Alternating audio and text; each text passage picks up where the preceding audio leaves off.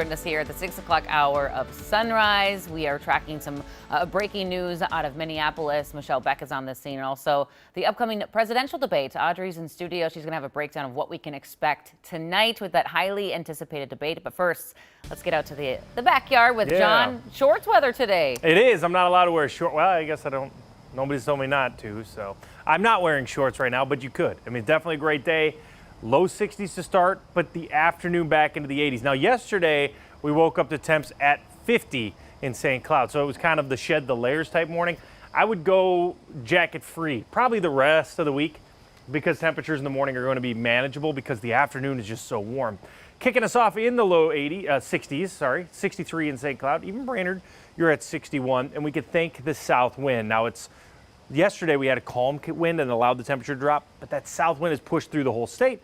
That is going to be stronger today, little stronger, a little more of a breeze.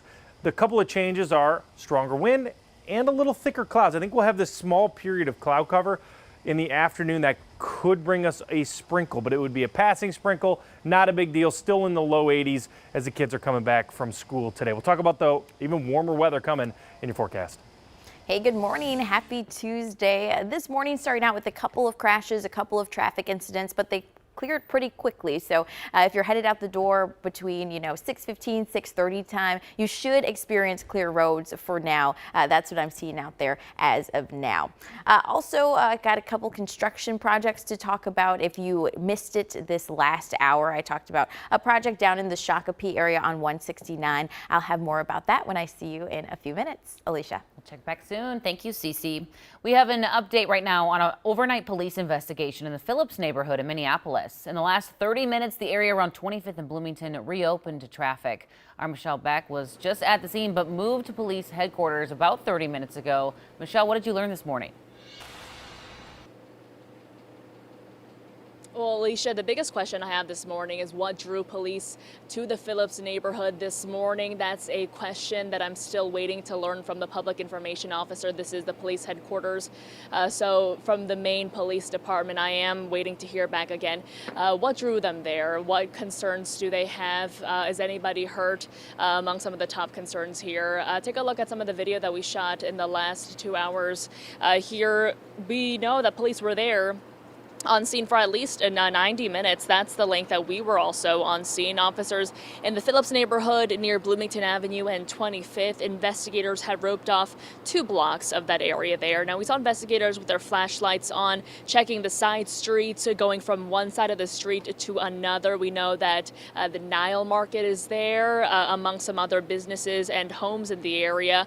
I talked to an officer who didn't confirm anything with me on scene. He didn't answer any questions about the severity of the situation, and again, that main question about why officers were there in the first place. And also, Alicia, I'll tell you what wasn't there. I didn't see any ambulance. I didn't see any medical examiner, at least, again, for that 90 minutes of time that I was there. And I did reach out again for an update with the police public information officer with the police department. I followed up with him, and still no word about why, again, police have made it to the scene and cleared the scene for now. A lot of unanswered questions. All right, Michelle, thanks for trying to get those answers. We'll let you get back to work this morning. Well, we're just hours away from what could be a major turning point in the presidential election. Tonight, we're going to see Vice President Harris and former President Trump debate each other for the first time. Audrey Russo's here breaking down what's at stake for both of these candidates. Yeah, Alicia, good morning to you. The stakes really couldn't be higher, especially because the latest polls show that the candidates are essentially in a dead heat. So when they take the stage tonight at 8, they'll be fighting for every vote that they can possibly get to nudge the race in their favor. Now, as a reminder, the rules tonight: 90 minutes of debate time with 2 commercial breaks. No audience will be allowed, and there's going to be no opening statements from either candidate. And perhaps most importantly, the mics will be muted when it's not a candidate's turn to speak. So this will really limit their ability to interrupt each other. Debate experts we talked to say that this will help voters focus on which candidate's platform resonates with them more. Can Harris maintain the composure and confidence that she exhibited in the Dana Bash interview? And can Trump focus on the issues and not his standard shtick? To me, those are the factors that are going to determine whether somebody wins or not. And of course, moments from this debate will be replayed forever on the internet, so the candidates really have to word their answers carefully. When I see you next in 30 minutes, I'll break down the strategy for reaching younger voters because, Alicia, there's a lot of Gen Z voters who will be eligible for the very first time to head to the polls. There certainly are. All right. Thanks for the breakdown, Audrey.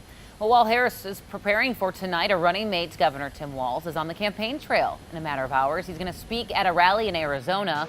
Walz has been busy